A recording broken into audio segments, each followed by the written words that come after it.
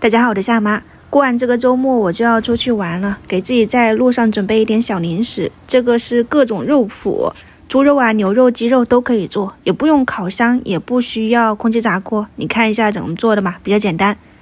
肉这一条的话呢是比较嫩一点的，你看看是小里脊肉还是梅肉，你就去找一下摊主问一下，把筋膜剪掉。然后牛肉也是纯瘦肉，基本上都是用瘦肉来做的，把筋膜一定要剪干净。这2块肉我刚刚称了一下，都是280克，你们参考一下哈。做肉不需要太多，鸡肉好少啊，我的库存肉来的，应该是鸡大腿那一部分比较嫩，你可以用鸡腿啊、鸡胸肉都可以来做。接下来你就是把肉稍微的清洗一下，水分用厨房纸擦干，切成小块，用绞肉机去给它搅打，大概1分钟啊。你看一下状态，就用这种比较细一点的肉泥状态就可以了。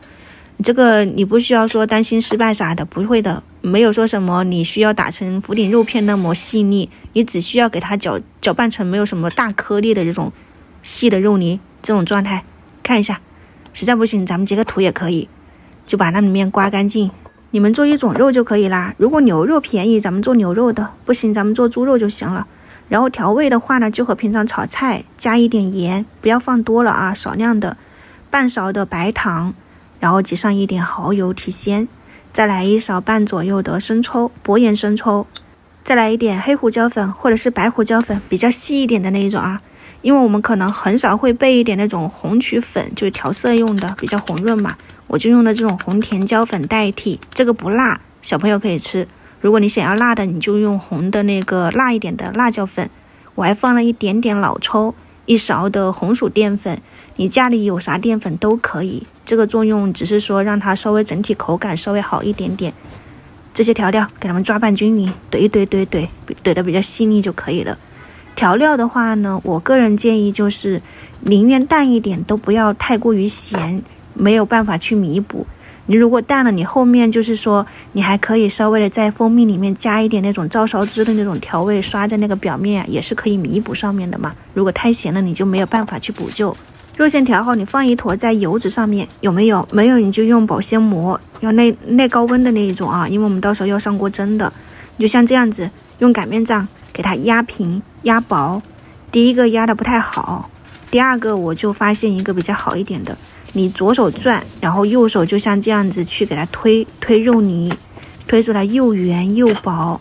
看一下是不是很好，而且很快速，真的。你3张的牛肉，3张这种猪肉的，还有1张鸡肉的，看一下整个颜色其实都可以看得出来。尽量擀薄一点啊，它才有嚼劲。如果太厚的话呢，它其实就有点像吃肉干了。你那边要是天气好，大太阳，你就拿出去晒嘛，把它晒干，比较有嚼劲。我这边是中午做的，下雨了哈，就直接上锅给它蒸了1分钟，可以看到颜色变了，定型了，你就转到这种平底锅里面，把水分捞干了以后喷一点点油，给它稍微的油煎，就特别的香。这种有点怎么说呢，就是肉干来的。然后我没有走到刷子，我就扯了一点大葱的皮，然后刷了一些蜂蜜，撒上那种黑白芝麻，1个鸡肉脯就搞定啦，很香很不错哦。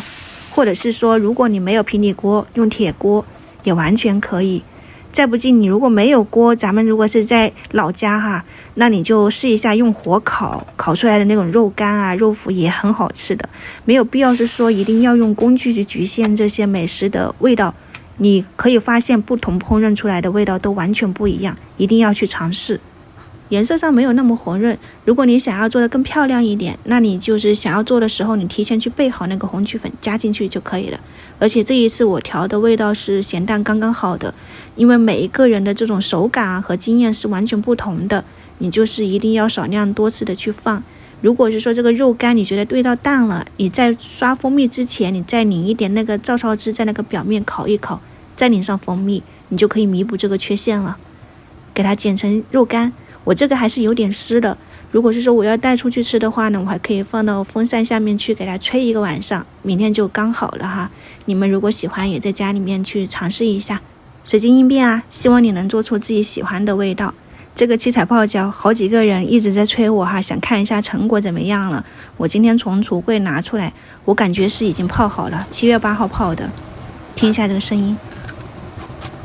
真的是嘎嘣脆，就就是我吃的这一个超级辣哈，又辣又脆又香。你们喜欢吃辣的可以去尝试一下，我等会会放到冰箱去了哈，拜拜。